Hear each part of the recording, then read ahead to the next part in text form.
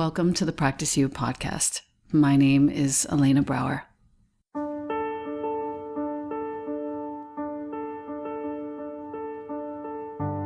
Together, we'll explore and enjoy content and conversations around mastering transitions in our relations, our wellness, our careers, our families, and especially in our missions and visions. You are invited to learn and love and listen with me. Welcome to Practice You.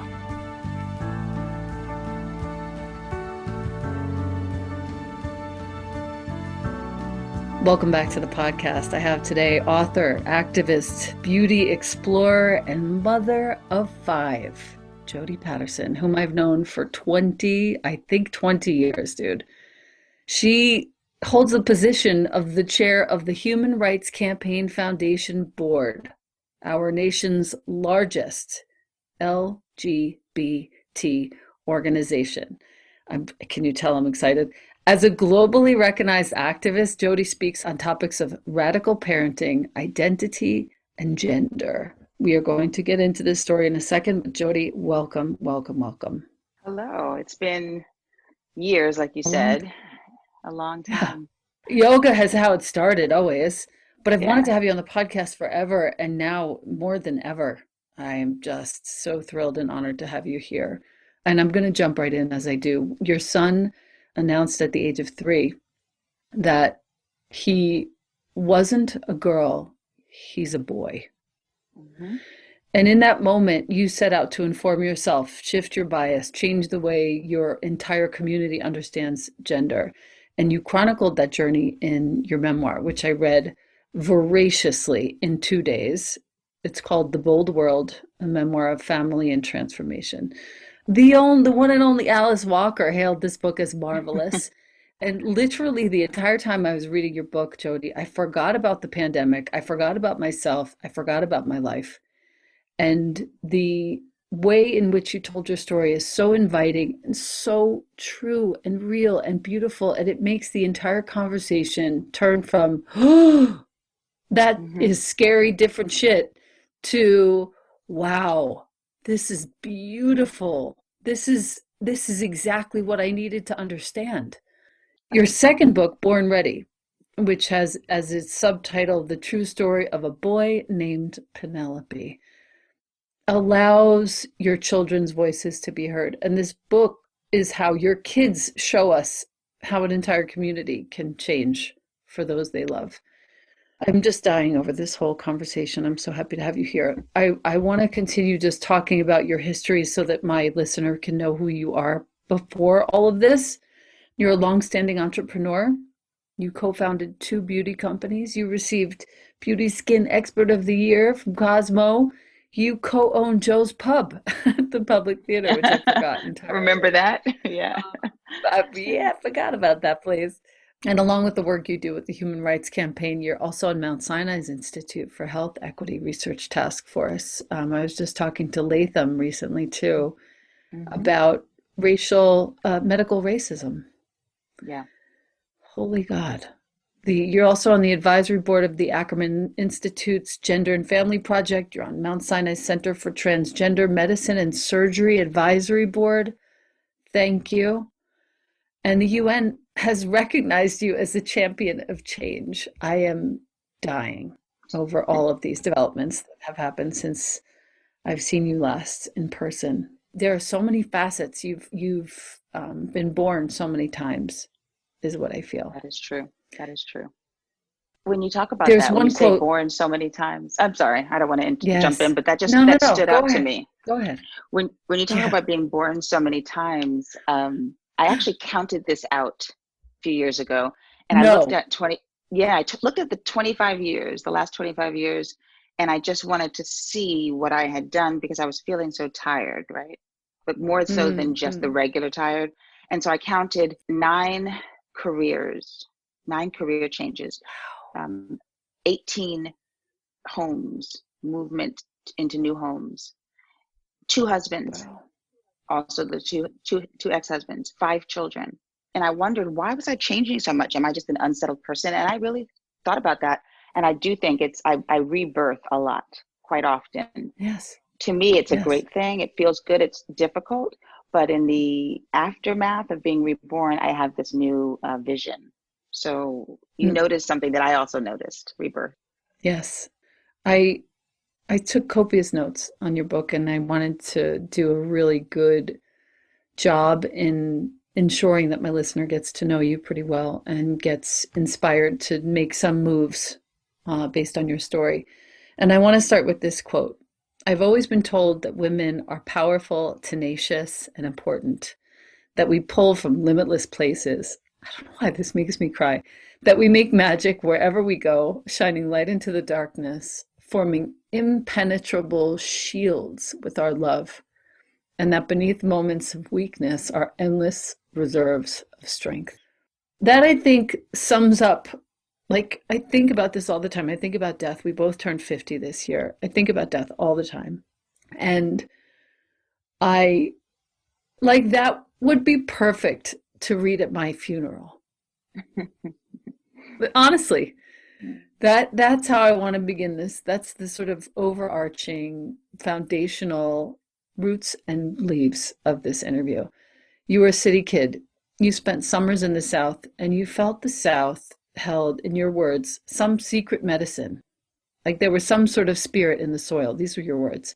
Can you Mhm. please talk about that? Because I want my listener to understand what that means. My white listener to feel the spirit of the soil in the South and why that is so important for us in our ignorance to Mhm. understand. You touched on so many of the guiding principles, right? Women, Southern life, Southern culture, and that power that comes. And a lot of times we summarize it as magic or something that we can't quite put our finger on. For me, a lot of times it was, I couldn't describe it exactly, but I knew that there was some energy in the South. I knew that there was some energy from the women that raised me. And people have called it, especially now, there's a hashtag Black Girl Magic. And that means Ooh. for many people, like the women that you see that are so outstanding, who are Black and who are female, who have beaten the odds and risen above Mm, all the bullshit and all the racism and mm. sexism and classism, and you see them succeeding, outpacing some of their white counterparts, right? But Oh, defying yeah. the odds. And so we call it Black Girl Magic. But for me, when I really look at this, it's not magic. It's not magic, and it is to belittle it to call it magic. This was a strategy that many of our mothers, grandmothers, great grandmothers put into practice centuries ago. And it is birthed in the South. It's birthed in the culture that came out of, that thrived through slavery, through the Jim Crow South. And I really had to look at that because I needed something more than what I had at the top of my fingertips. I needed something Mm, more that was deep inside of me. So I went back and I sat, which I always do when I go back home to my mom's house in Atlanta. I sat down on the floor and I looked at the pictures of the women who raised me. mm-mm. And I really tried to remember their lives, ponder. We don't spend enough time pondering on the women who came before us. No. And so I pondered on their lives, and I found that if they can surpass, then I can. If they can Yeah. change laws, then I can. And so that is something that pace in which you can sit and ponder oftentimes is found in the South. That pace of life gives you a moment to Yes. think. And then also what is This, around it's like you in this, the I South. can smell the sun. I can smell the Yes. sun, and I can feel like the little dust motes in the air when you're sitting in that living room, in that sitting room And that in your is grandmother's exactly house. what it is. Yeah, there's this connection to, and it sounds very, ethereal, but there's a connection to the earth and the nature, which we are devoid of in the city in that same way. Yeah. But also it is the Yeah. proximity to people and to the history. We have to remember this history that is so forgotten or so repressed of Black women, sometimes often single Black women, but definitely leadership from Black women that can be found Mm. first birthed in our homes. Your grandmother was friends with James Baldwin. Is that what I came to understand? Yes, which Oh my now God. I know now, and she would tell me stories of the two of them. And I would linger on her words then, but even now more so, because Baldwin has become Ah, so a part of my, like literally my day-to-day writing and my thinking. He transcends yes, time. His words are just about the yes, entire human experience, coming from yes. opposition, through opposition, and striving, Yeah, thriving. yeah. Yeah. There's a particular quote about the white moderate that really has me Mm-hmm. dealing right now in a very serious Mm-hmm. way. You saw in your grandmother's face all the courage that you saw at the time when you were 43 and you were exhausted and you left the city and you went down south for a little while. And you learned at that time is, when you shared in the book about how your great grandmother Lurleen actually went to college, actually got her degree, credits toward her master's, and this was in the early 1900s. This was unheard of. Yeah. Unheard of. You really are And from a long line of activists. I don't think that everyone understands how radical that was for Black women to graduate from college. And not because we For were a less woman, a woman, for even a exactly. woman, period. Yeah. But especially a Black woman. And, clearly it was illegal for so long for us to read and write and learn. And then on top of the racism, there was the Mm. sexism and then the poverty that was forced upon the Black community. And then there was just a need for people to be hands-on working at home. And I look at this idea of like how women have been forced to be the labor of not only their families, but of the society. Like we wouldn't have Mm. the structures of our families or the structure of the society without the labor of women. And so when I look at the women in my family who labored through their families and labored through school and built an education and built a family, I just think, I just want to stop and notice that I want everyone to notice that. So yeah, Lurleen was an educated woman. Yeah. That was where it all sort of came together for me, and I really realized who you are. Mm. Um, Shortly after this, you started in the book about Penelope. Penelope had just told Mm-hmm. you that he was a boy, not a girl, as he was born. And then you first started coming to terms at that time with this using your, as you said in the book, your womanhood, your excellence, your blackness, your freedom. I just want to hold on those four words.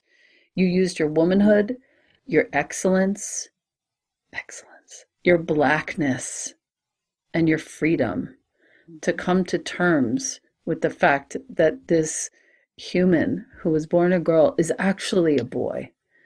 Yeah. And it was your mother who had taught you about leaning in these words toward goodness. I can't even.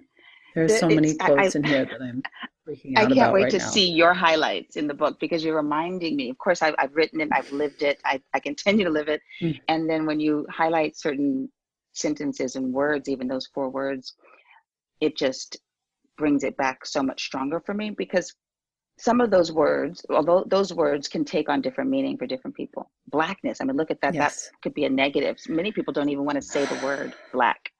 And I for me, this love was, it. oh, with a Ugh, capital B, I just, you know? with a capital B, it bears noting that since I was a very little girl, I had this beautiful friend called Tanya, and all I wanted to do was be Mhm. black. And we That's want all. I things, wanted her right? eyelashes, her skin, everything, her Yeah. hair. I wanted everything about her. And I wanted to be a chubby girl. Wait, total disclosure. I used to stand next to cars in the summertime with my bare legs and my shorts so that I could see what my legs would look like if they were bigger. Yeah. Not And I kidding. used to stand in front of the mirror, exactly, and imagine myself and take on the language that I thought a chubby girl would have and this Yes. posture. Yes. And a lot of Yes. times we want to be more than what we see in ourselves, and we have Mm, to really find that more. We have to find mm. more. The word excellence is the one that really brings tears to my eyes. There's something about that word. And I think Mm-hmm. it came up for a moment in some way with Jeff Burrows when I interviewed him for this podcast, Mm-hmm. our dear Love Jeff. friend. Love Jeff. So much. It's silly. But excellence, like really to think about how it doesn't matter what color you are, my listener. Think about Right. how you can practice excellence. Think about how you can instill in your child excellence. Mm-hmm. What does that mean to you? And how did your mother teach that to you? she taught it in the way that she taught Blackness as well. And so Mm. there was never a mantra, you are Black, or you are excellent, or you are better than, or you are, but it was in the art that was hanging in our house. It was in the conversation at the dinner table. It was in the way she touched us, the songs that she sang to us, even the fairy tales. So we grew up on the classic fairy tales, Rapunzel, etc. But she remixed those fairy tales to establish us as the central character. So Rapunzel had cornrows. All of the kings had afros. The princesses were dark Wow. skinned. And she just Oh, imagined a world and reimagined a world where where they were Black people, and there were folks who survived and thrived and triumphed, folks who were free. Perhaps they didn't start free, but they emerged into freedom. So she was really creating a world. Excellence for me is, when I think of Black excellence, I think of dinner time, which is a strange relationship for most people. But for us, much of the growing of our family happened at the dinner table. So I thought, when we were talking about Roberta Flack, who's a famous singer, I thought we were talking the about my best. aunt. I thought she was my aunt for many years because of the way that we Oh my spoke God. about our icons. We spoke about them in a very familiar family way. So excellence is almost like it was breathed into us, not as better than, but as solid, as unified, and as triumphant. I think that's the difference. Beautiful. Yep. Mm. Other And influences of color that were mentioned too. Oh, sorry. Go ahead. Go ahead. I was just thinking, also it's my family demonstrated a lot of what they were trying to convey. We didn't have a lot of lectures, but we had a lot of demonstrations. So when I think of, how do I interpret excellence? And I see my grandmother, Gloria, Mm. who was raised in the South. She came up through the Jim Crow South, and as a teacher, she was suing hospitals and school boards in the segregated South, and she won those court cases. She was Wow. accused of being a communist, accused of being a bad person, accused of being crazy, and fired from her jobs. She was jailed dozens of times. She continued on, became a tenured professor, worked at Emory, worked at Clark Atlanta University. She's a woman who sought out love year after year. She married 5 times. One man she married twice. So Wow. when I think of Dude. excellence, I think of this, like, just determination, also perseverance. And she never told me a lecture with pie charts and Venn diagrams about how to be excellent, but she showed me and she demonstrated to us that we move Yeah. through life, through it. We keep moving through it. Mm-hmm. Yep. Such good medicine right now. The other Yeah. influences of color, Faith Ringgold, whose work I finally got to see in Europe, a giant show last year. Nina Simone, James Baldwin, of course. I made a note about how your parents gave you the notion to, quote, think in numbers rather than separately. And Yeah. this really struck me. I wrote it down. You're part of a greater whole, which was inculcated in you even as you grew up in a predominantly white neighborhood, in a predominantly white private school. Every weekend, they would drive you to Harlem and drop into the all black neighborhood. And this taught you that there, in this paraphrasing, that there are so many different kinds of black people Mm-hmm. and how to flow with anyone, how to talk to anyone. So the weekends in Harlem were, and it's funny when it sounds like, when I say weekends in Harlem, it almost sounds separate from everyday life, and it didn't feel that way. So sometimes it was on the weekend, sometimes Right. it was all summer. We really were moving from the Got it. Upper West Side on 81st Street to Harlem, to the South Bronx. My father really wanted us to flow in all Mm. neighborhoods. And he would say, Mm. baby girl, walk into any joint like you own the joint. Walk into any room like you Wow. own the joint. Because he wanted us, especially as Black Wow. girls, to never fear white people, poor Black people, rich Black people, and Mm. to have relevance in all communities. And so we would drive uptown to a place called the Armory. Well, it's technically called the Armory. It's an armory, and it has tennis courts. And then outside, they had outdoor tennis courts that we called the Jungle. And they were next to the projects, and they were in a low-income neighborhood.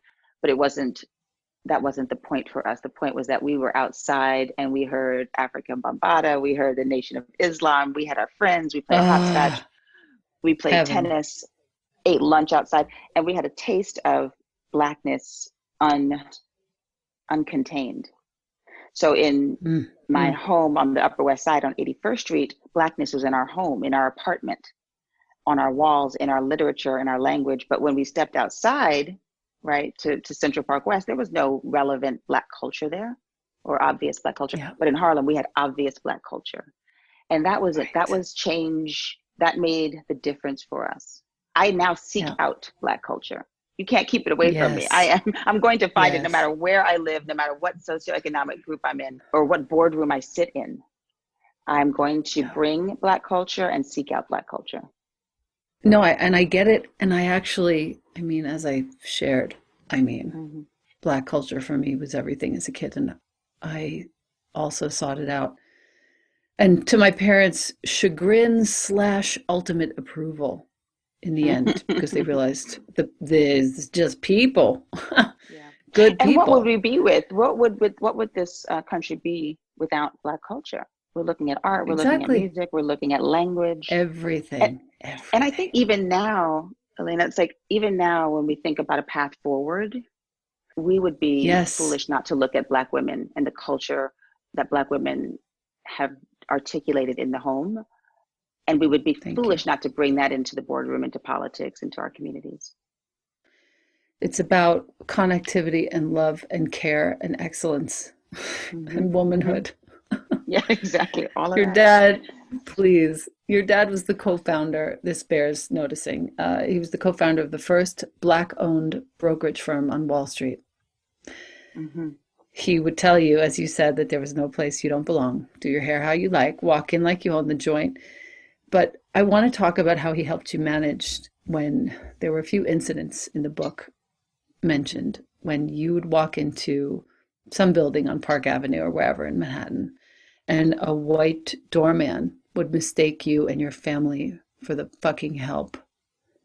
And it happened in our own apartment building. No. Wherever we went, they did not believe that we belonged there. We could have been going there every damn day, right? Yeah. He said to you something that made me weep. I had to put the book down and literally put my head into a pillow for a good 10, 15 minutes. He said, don't let those white folks confuse you, Jodie. Stay focused. Yeah. That was powerful. It makes me think about it too. It can be, I think there's so many times when as a young Black girl, you feel literally turned upside down, confused about who you are, your body. I would study my lips for hours. Things that we should not have a moment of time spent on. They're lips, right? But you would consume your time with your lips and your hips and your skin and your hair. How my makeup looked different from my white friends' makeup. Just things that really consume our time in the most irrelevant ways. Yeah. And because of that, when you have a self-doubt, you enter rooms and there's information in that room, but you are consumed with something distracting. Your physical appearance, your Blackness, right? And so my dad would notice that we would be uncomfortable in certain spaces. We would start making jokes about older white people and their toupees or their makeup. We would just try to deflect the insecurities that we felt by making fun of the white folks in the room. And he would remind us very bluntly, you're getting confused here because of your insecurities. Walk in, see what's in the room, gather the information. There's information to be found in all rooms. Don't be insecure, and primarily don't let them confuse you, because they will, meaning they, the dominant culture, will confuse the suppressed culture all the time. And I see that with not just Black people, but I see it with straight culture dominating over trans or cis or LGBT or queer culture. For sure. Right? And so I tell the same thing to my son who's trans. You walk in the room, walk in like you own the joint. Don't let cisgender people, straight people confuse you. You are who you Right. are. You own the joint. Yeah. Wow. Throughout your childhood, I also noted that you were the one who sort of held the order Mm. in the home, in the family. Your sister ended up changing the dynamic drastically at a certain point. Your parents grew apart. You found downtown, you found Nels. I nearly died. Yeah. So many That memories in that that place. whole world, right? I Jessica have, and Lana. yes. I mean, I'm sitting in that space when I say the word, having a Yeah. mojito. Those mojitos. Oh, The time you spent at Spelman, though, really sort of took everything that you were learning as a child and brought everything to the forefront. I'll never forget this line. Shifting to white cashmere and your grandma's beige hatchback hoopty. Like, the South, you know, okay. there's like this. So there's this really this warmth to the South and this history to the South, but then there's also a side of the South that is more challenging. Which when I entered Spelman College, which is in Atlanta, an historically Black college, it was the pinnacle of Southern ladiness, Mm, ladiness, right? We had white dresses and we had white gloves. We had a curfew. Everyone pretty much had their hair done and their nails done. And I'm coming from Manhattan downtown club scene where we wear Doc Martens and ripped t-shirts and maybe some fake pearls like Madonna. And we are intentionally a hodgepodge of looks. Whereas in the South, when I stepped on that campus, they thought I was so strange. And I with had to figure your out boots. with my boots and my ripped up, look. But that was the first, and I sort of got quiet when I first stepped into Spelman. I got really Yeah. scared. I thought maybe they're not going to, maybe I'm not excellent like they are. Yeah. Maybe I'm not a Yeah. part of this Black excellence. And I had to move myself through that, like that transitional period of judging the Black women at Spelman based on their nails and their hair and their Yeah. outfits, Perfect. the perfection. And I had Yeah. to move through that and like find some value in that, which I found a lot of value, and some value in the New York City culture. And I've become obviously a mix of both Southern and Northern Sure. forever. Dr. Cole ended up taking over Spelman Mm-hmm. and she turned it all around. She prioritized activism over the white gloves. She gave you and the whole student body, I reckon, education, marriage, and activism. Those three Yeah, priorities, I guess. yeah. The one image of you sitting in the hall or you standing in the hall and she was in her kente cloth and she would touch your Mm-hmm. face Mm-hmm. and you wrote I mean, sometimes the king is a woman. yeah. What Let's just leader share her. do you I want to know? share her full name, Dr. Mm. Cole. What's her full name so we can see a Janetta, picture? Dr. Janetta Janetta. B. Cole. Mm-hmm. Got it. Thank you. And, this is leadership, right? Like a different face of leadership. I had never Hmm. been um, with a leader who had an afro, who had brown skin, who was a Right. woman, and who touched me. Like, who Mm, was so close to me. She was so mm, comfortable with me. She recognized me so naturally that she could put her hand on my face, mm. which blew my mind. It sounds so, like a story, but imagine the president of the United States coming up to you and feeling Excuse so me, not this comfortable. one. Not this one. Not this Not one, this like one. Barack The one Obama, before. maybe. The one But before. but Yeah. right, and Dr. Cole was our president, not of a university, but she was our cultural president, Yes. not just of the university. And so, with that type of high leadership, for her to have no barriers between her and myself was like mind blowing. I'd never never been led by someone like that, other than the women in my family, and that shaped me. I will. Yeah. And this is the interesting thing. I didn't even want to go to Spelman. I wanted to go to the schools that my friends were going to: Smith, Mount Yes. Holyoke, Yes. Yes. Vassar, Wesleyan. And my dad said, nope. Well, he said, you can do anything you want. You can go anywhere you want, but I will pay only for a Black college.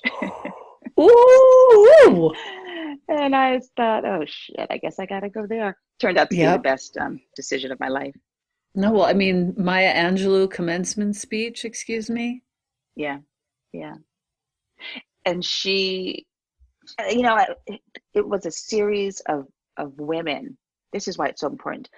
If we invite women into our spaces, if powerful people invite women into our spaces, I mean, universities, boardrooms, startup companies, hospitals, we will get the information that Alice Walker has and Dr. Maya Angelou had and Toni Morrison had. And there are other women out there. They have not all passed away. So we have to invite them in and hear what they have to say. Dr. Maya Angelou said to us something I'll never forget at the commencement speech. She said, "You are already paid for. You do not have to pay for yourselves." Don't have to pay for yourselves. It's done." And I didn't know what that meant. I sat with that.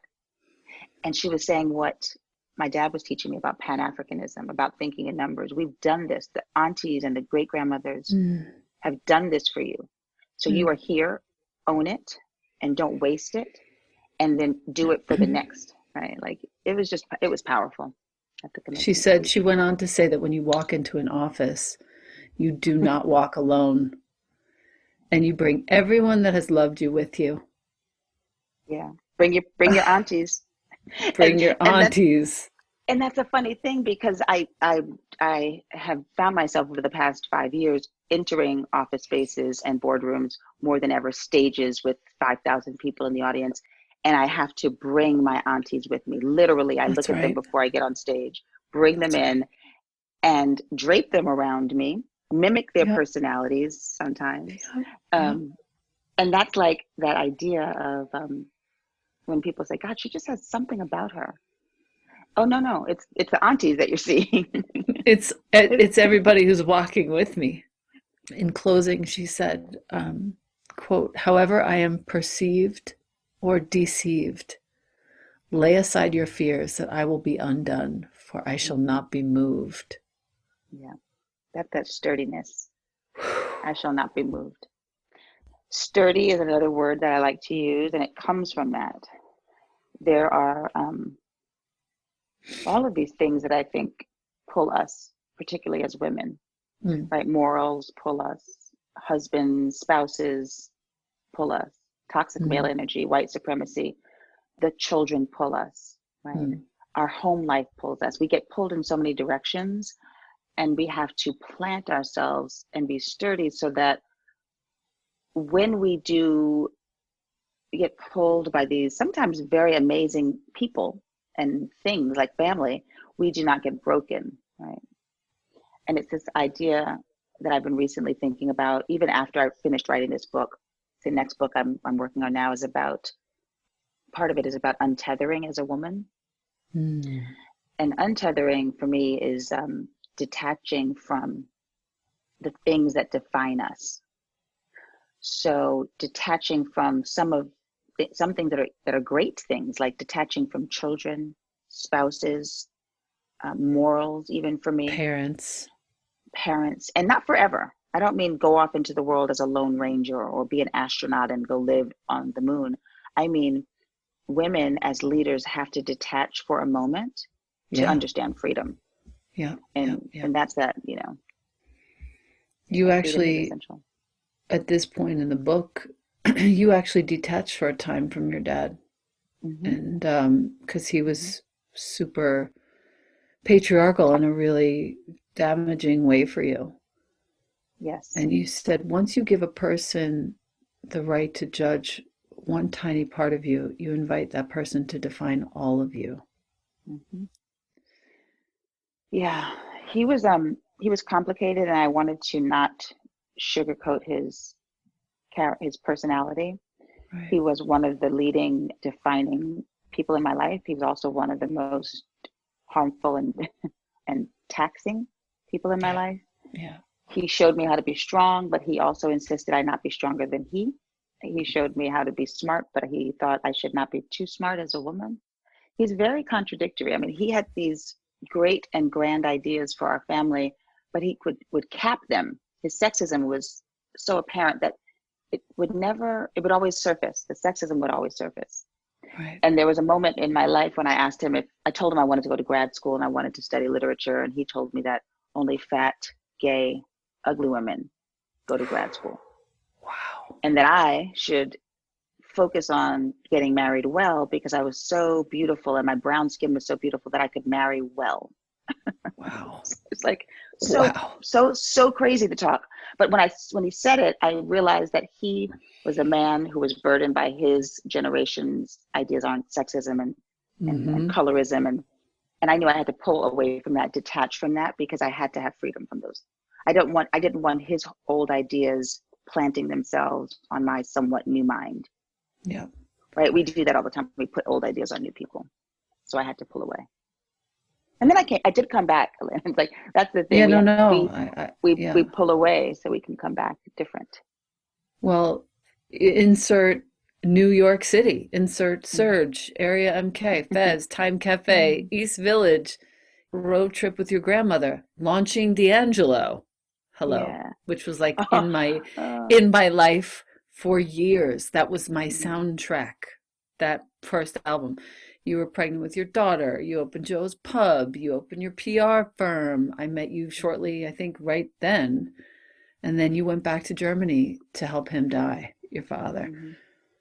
The most A lot beautiful of that. scene Mm, was that scene where you're whispering in his ears as he got close to death and telling him stories and hearing him, the gentlest little responses from him, knowing that you were mhm. doing the right thing.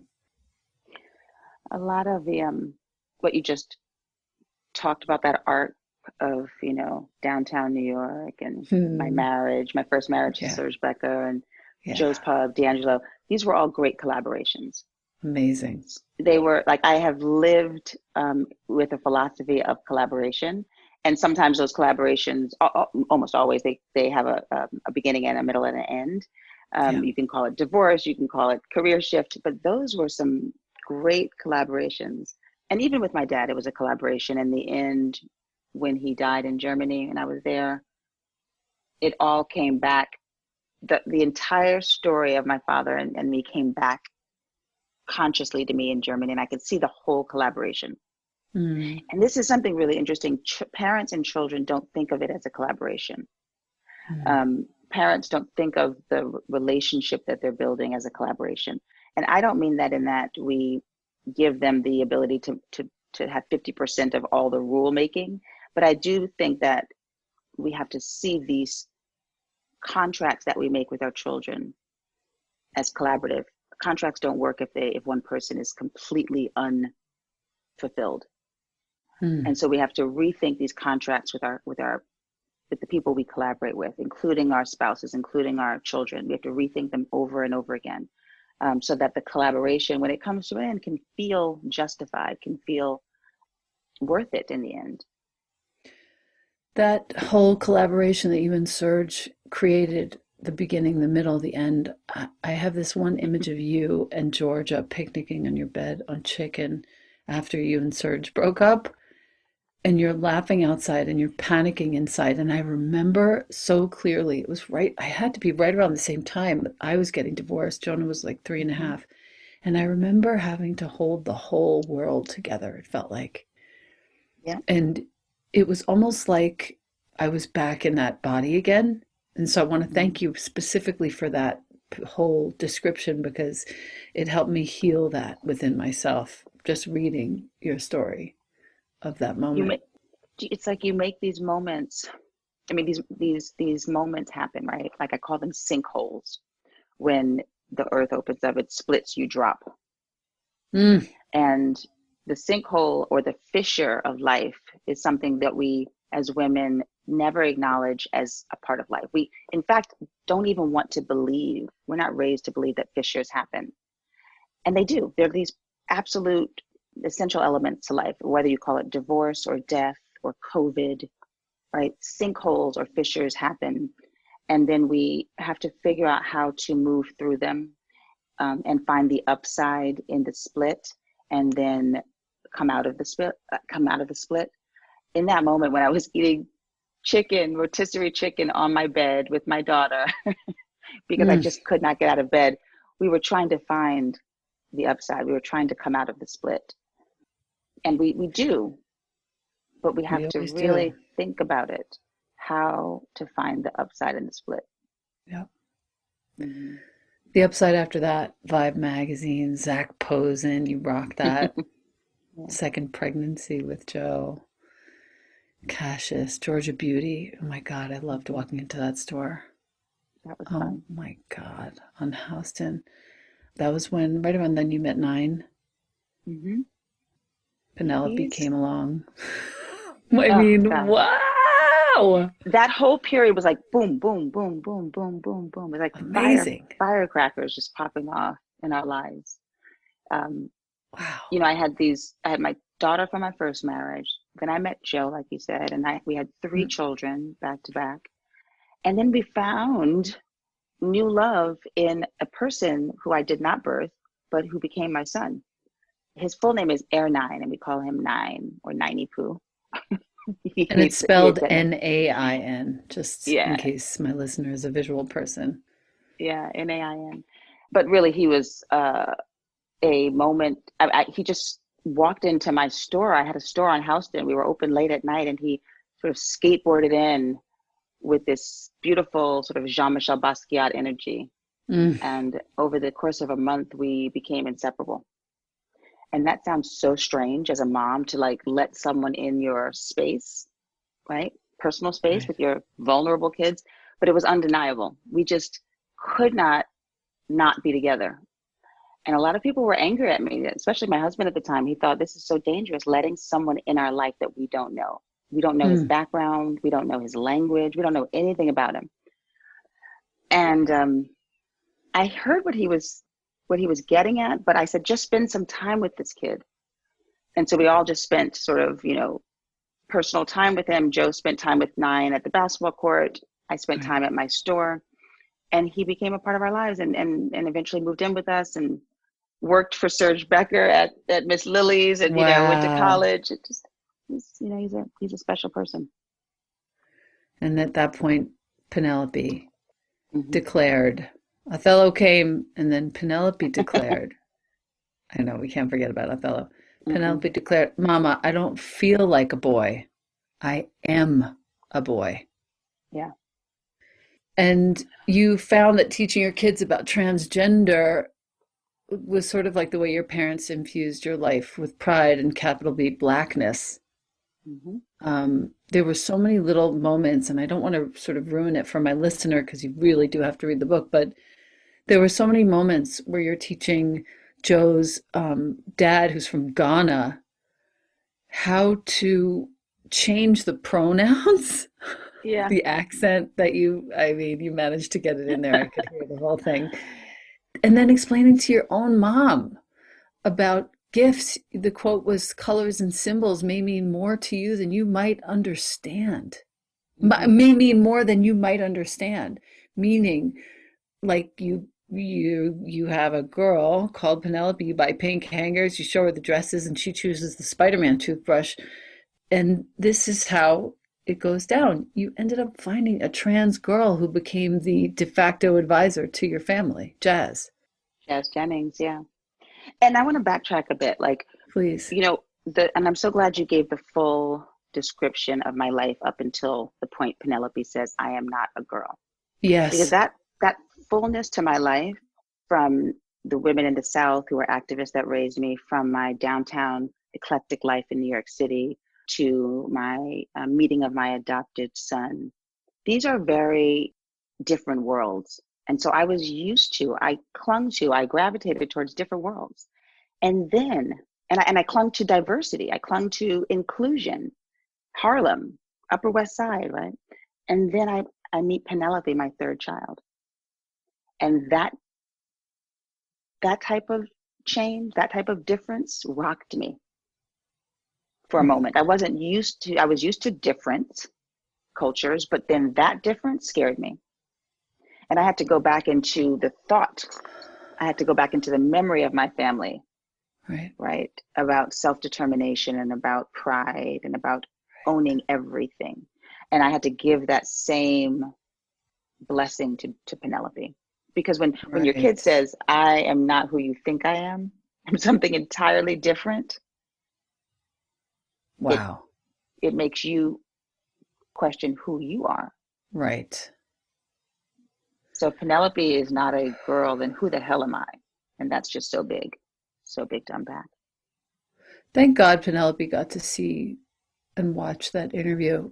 This Mm-hmm. Jazz Jennings was interviewed by Barbara Walters regarding how she, born a boy, Yeah. she simply thinks like a woman, but like a girl, because Jazz was a kid at the time. By the end of that marathon night watching, Penelope knew that he was trans and he felt Mm-hmm. seen, like the sky opened or something. First time he said it. Yeah, He said, "Mama, I'm trans like Jazz." so good. Thank God.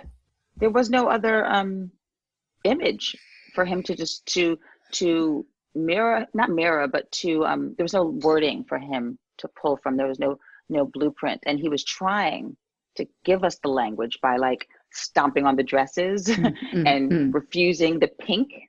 That was mhm, the only way he could explain it to us. And then as he had more information, as his mhm. language developed, he could say, I am trans, like Jazz.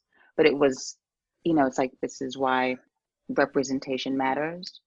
Without representation, we are at a loss for some wording Yeah, and articulation, and we get frustrated. Penelope was so frustrated before he could yeah, say that. yeah. Yeah. Um, this is important. And for some reason, I have to just give a shout out to Lisa Cooper for introducing us because she's the one who brought me over to your house.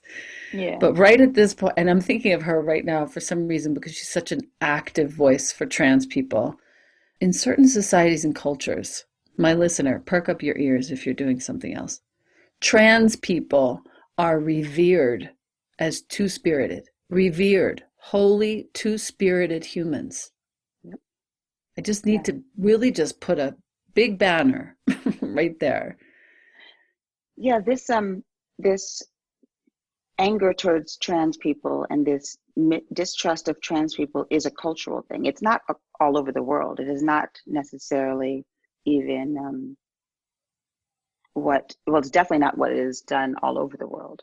Mm, And so that makes me understand that how we treat people is cultural, and we can yeah. change. If we don't like what we're doing, we can course correct. And so we have to look at other cultures and say, okay, if in Native American culture, and it's all over the world. There are pockets all over the world that see trans people as special, as connected to a higher spirit, as natural and healthy elements to this whole human existence. And so we have to find that.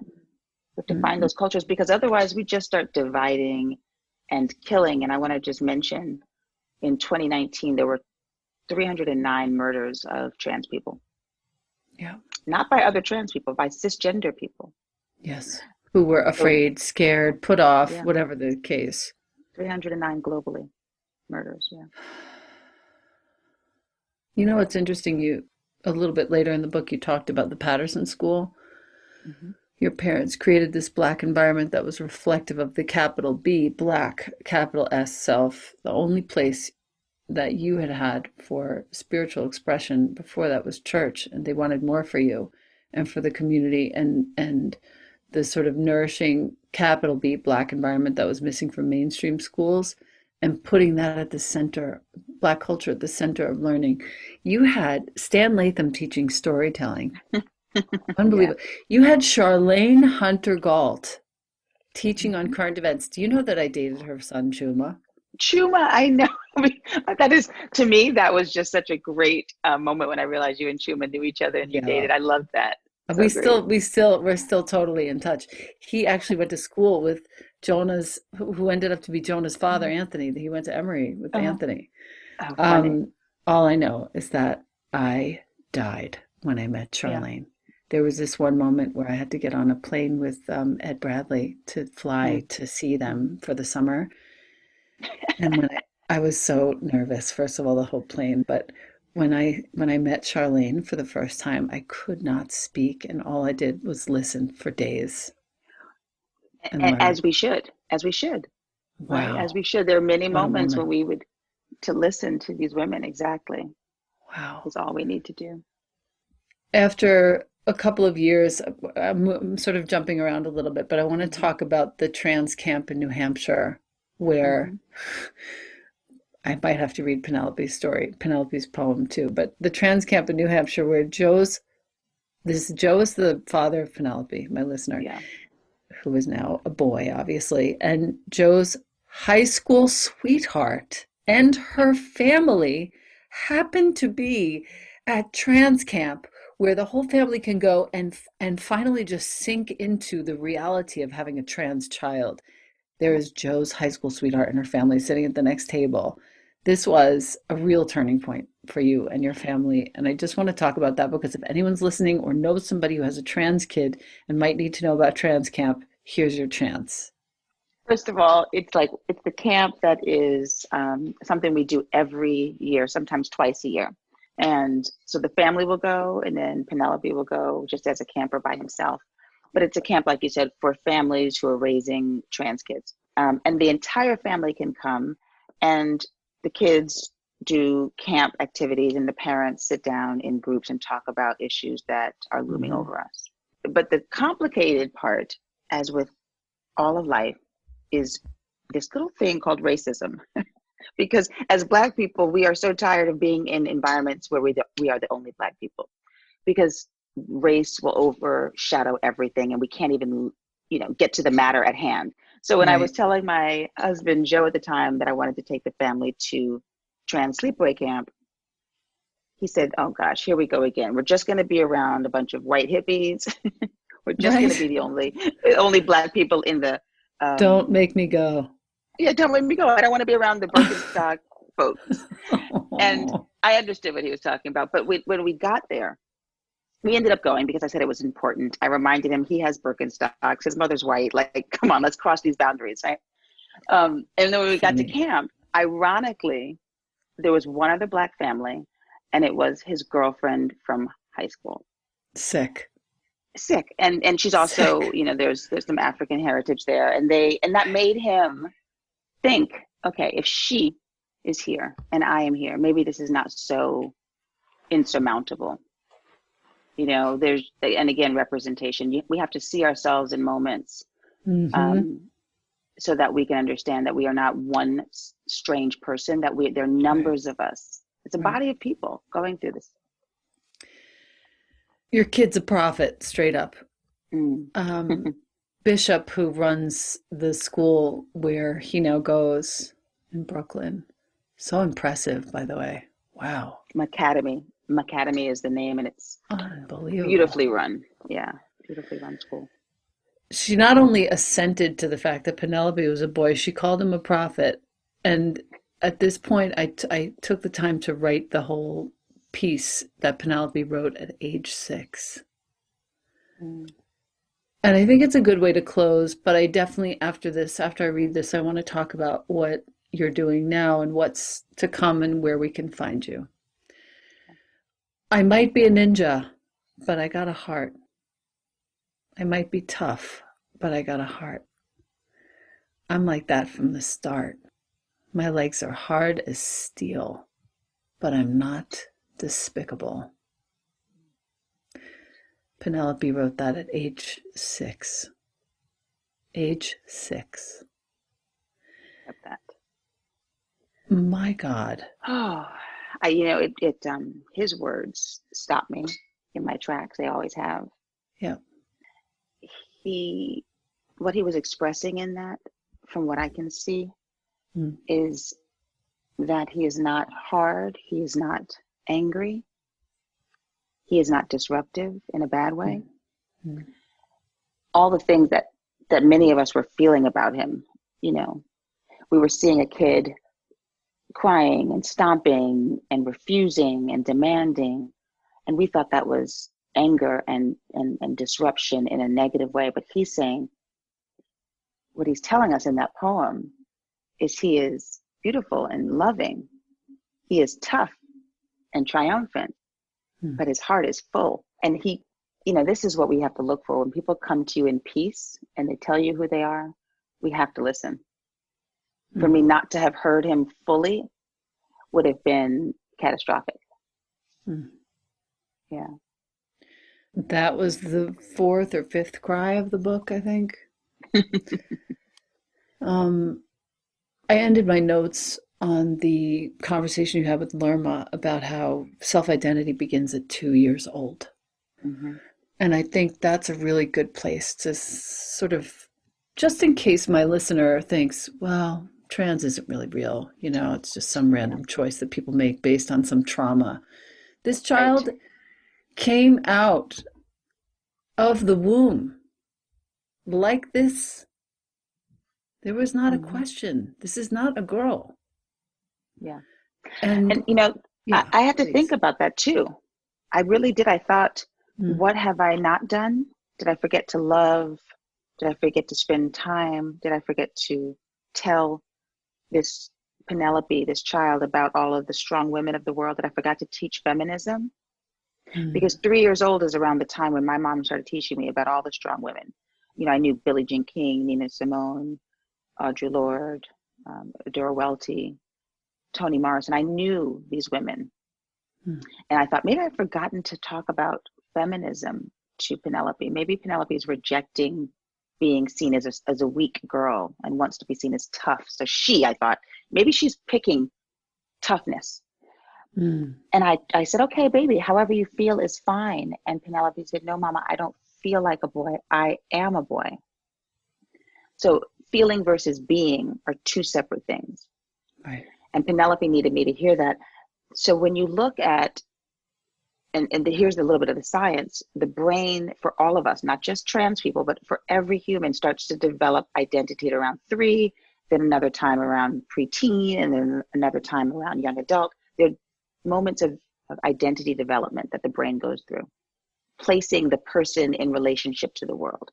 So at 3 is when it happens. Penelope was very verbal. Penelope was expressive. Penelope conveyed something to me at 3 that I did not encourage. In fact, I tried to make Penelope into a girl. I tried to keep Mm. saying, you are a beautiful girl, you are a strong girl. And the more I said that, the sadder Penelope became. So Mm. it wasn't overnight that I just said, oh, we're trans, we're a trans family, Penelope's a trans boy.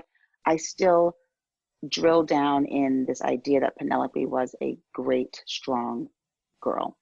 And Mm. that just didn't work. And Penelope said, I don't want tomorrow to come, Mama, because tomorrow I'll look like you. That's when I said, I don't care what I thought, right? If Penelope's not going to make it, it's not worth it. And I changed the language. Right. You change the language. And I want to just go back to one thing you said about Yeah. Penelope's grandfather, who's from Ghana. And he was coming to live with us from Ghana. And he's very traditional in his ways, very Right. educated and also very traditional. And he wasn't going to get Penelope as trans. He wasn't going to understand transgender reality. And so we came in through the back door and just asked him to use the pronoun he instead of the pronoun she. And for him, being educated, speaking multiple languages, he thought that was easy peasy. He said, no problem, I can use he, because in his language of Twi, which they speak in Ghana, they don't even use gender pronouns. So that didn't have a connotation for him. And so I think about Interesting. that. I thought about that a lot. Like, if people find it hard to understand how a person with a certain anatomy, a vagina, fallopian tubes, uterus, identifies and is a boy, forget the science for a minute. Just do what's life affirming. Switch Right. the pronoun. Right. And eventually your brain will start to switch. Your heart will start to switch. Your mouth will start to switch. It became so easy as I saw Penelope grow to say he. It means nothing to me to say he now, which Mm. is really just something to think about, that we are malleable, our brains are malleable, and we can shift for people. We can shift anything. Yeah. Lord, if I can stop smoking weed, anything can happen. That was 6 years ago. Oh gosh, it's so true. Oh It's so my God. true. And so to catch you all up to speed, Penelope is now 12, just Yes. graduated valedictorian of his Gorgeous. school, and really Gorgeous. is a very planted, sturdy kid. Yeah, yeah. Beautiful. Mhm. And looks like you. Oh my I God. love that. Got your little nose, got your mouth. So beautiful, Oh, this kid. Beautiful boy. Okay. I want to know for my listener where we can find you, what is important to you right now, and how we can support you in your work. Thank you for asking. Mm. Well, so I dwell on Instagram a lot. It has been a way for us as a family, for me as an activist, to cross boundaries, Mhm. cross cultures. A lot of the women that I speak with don't have trans kids, but through Instagram, they can find relevance in my family and in my voice. So Instagram is Jodie Patterson. The book that I wrote is The Bold World. It can be, you know, you go to Amazon, you can download the audio book that's my voice speaking. You can also pre-order my children's book, which is a picture book called Born Ready, The True Story of a Boy Named Penelope, also on Amazon. Mm. And what's important to me, I do a lot of work with the Human Rights Campaign. It's our largest LGBT organization. I'm the chair of the board foundation. And that is a place, if you want information, if you want to dig in, if you want to support some of the programs that really have saved our family, HRC, the Human Rights Campaign, is a great place to land. There's also, and that's a national organization. There's this great, a smaller organization, powerful in its own way, Points of Pride. And we give free chest binders to gender nonconforming people who want them. We offer tens of thousands of dollars in scholarships and financial aid. We touch many different countries, and we support the trans community in very tangible ways, helping them just to navigate in their daily lives. You know, like, how do I get from point A to B, from my house to my office to the grocery store without people gawking at me and hurting me, right? So Points of Pride and HRC are phenomenal. And then there's just one other organization that I love. It's called the Ackerman Institute, and that is for the family, right? So the Ackerman Institute Gender and Family Project helps the entire family navigate being different. And that, you know, that's a hard point. And you're on the board of that Yeah, institute. Yeah. yeah. Jodie, you touched my heart when I walked into your house so many years ago.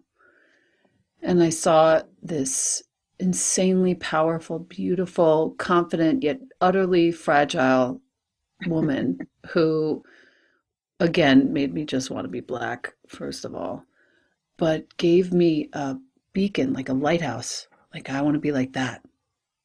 All those years ago. It's still true.